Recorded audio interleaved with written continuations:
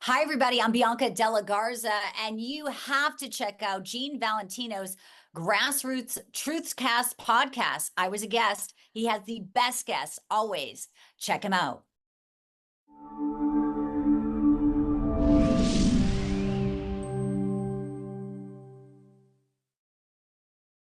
With us here today. Let's bring in our very first guest, GOP political strategist and host of the Grassroots Truthcast podcast and a former county commissioner in Escambia County, Florida, Gene Valentino, and also senior contributor at The Federalist and editor-at-large with Real Clear Investigates, Benjamin Weingarten. Gentlemen, a pleasure. Pleasure to be with you. Georgia's such an important state. Early voting is underway. I know that Kamala Harris is continuing to try and amp up the rhetoric that Donald Trump is a threat to democracy. In light of what we also heard last night from Joe Biden saying we have to lock up Donald Trump, and then he says politically, what do you make of today's events in Georgia and how the left maybe in full panic mode? Benjamin, I'll start with you. Well, I think to your point, the more extreme and crazed and radical the rhetoric, the more desperate it reflects the Harris-Walz campaign is. And that's in no small part because if you look at the last several dozen battleground state polls, Donald Trump is winning a majority of them. When you look at the national polling averages, Donald Trump there's been compression in terms of the margin there. And maybe most telling of all, betting markets have swung in Donald Trump's favor to the largest degree that we've seen during this cycle. Plus, on top of that, voter registration by party, as well as what we're seeing in early voting numbers in certain states like Nevada, all of these are indicators that Donald Trump is doing very well. And so what is the Democrats' response? It's to yell Trump is Hitler again. And it's really there's a there they go again sort of aspect to this, of basically projection, because the police state tactics that they're talking about, weaponizing every single agency against their political opponents, running roughshod all of our basic liberties, that's exactly what the Democrats have been doing to their political opposition. So they are everything that they claim their political opponents are, and I don't think it's going to wash with the American people after years of gaslighting us. No, and the desperation sort of came out again today as we saw them using John Kelly, a former Trump chief of staff, an interview with the New York Times. He says Trump's a fascist. And let's just play a little bit of this and get your reaction, Gene, because it was something that Kamala and Walz both tried to use to control the news cycle today. I think he'd love to be just like he was in business. He could tell people to do things and they would do it, and not really bother too much about whether what the legalities were and whatnot. Now, Kamala Harris pounced on this, and this was her moment today. Let's play this and get your reaction. So yesterday we learned that Donald Trump's former chief of staff, John Kelly, a retired four-star general, confirmed that while Donald Trump was president, he said he wanted generals like Adolf Hitler had. Donald Trump said that because he does not want a military that is loyal to the United States Constitution. He wants a military that is loyal to him. Ooh, this is panic mode, isn't it? I mean, Ben talked about projection, but this is really reeks of desperation. Yeah, the Democrats are in full meltdown, Bianca, and they are burdened by the passage of time, aren't they?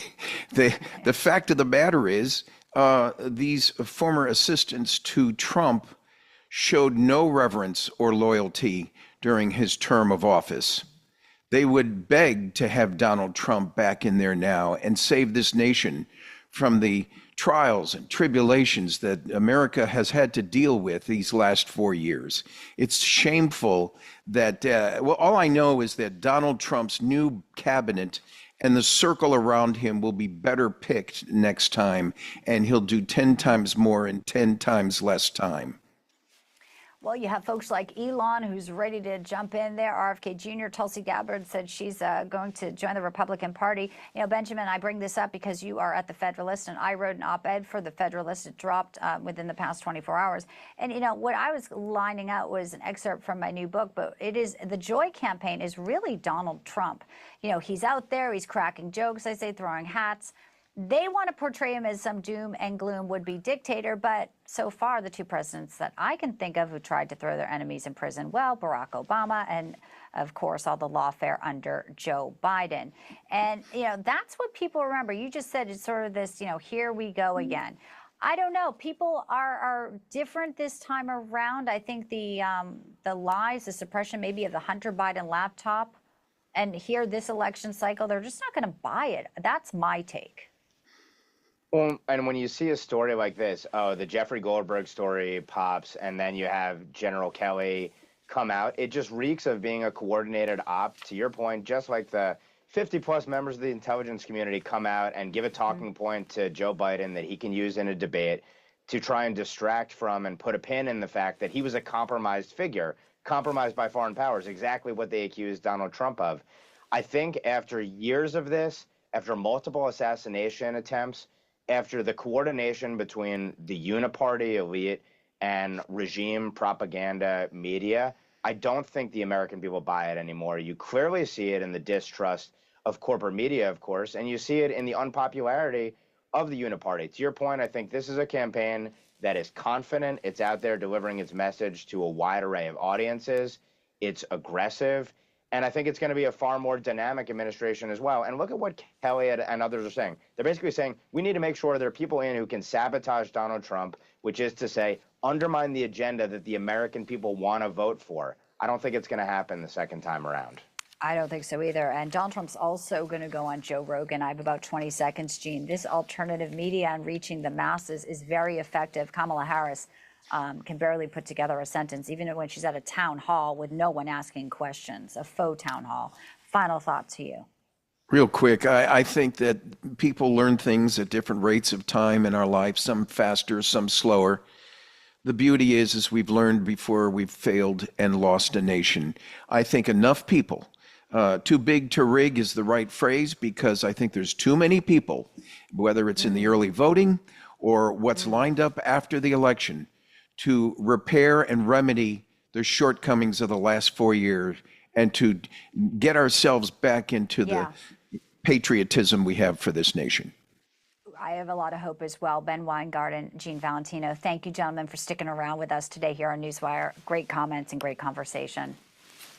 Thank you. Because of your overwhelming support, our $14.88 MyPillow has been one of the biggest sales in MyPillow history. I couldn't think of a better way to say thank you than to extend our wholesale pricing through Christmas. Get a classic standard MyPillow for only $14.88. Upgrade to a queen size, just $18.88. King size, only $1 more. Get my body pillows for only $29.88.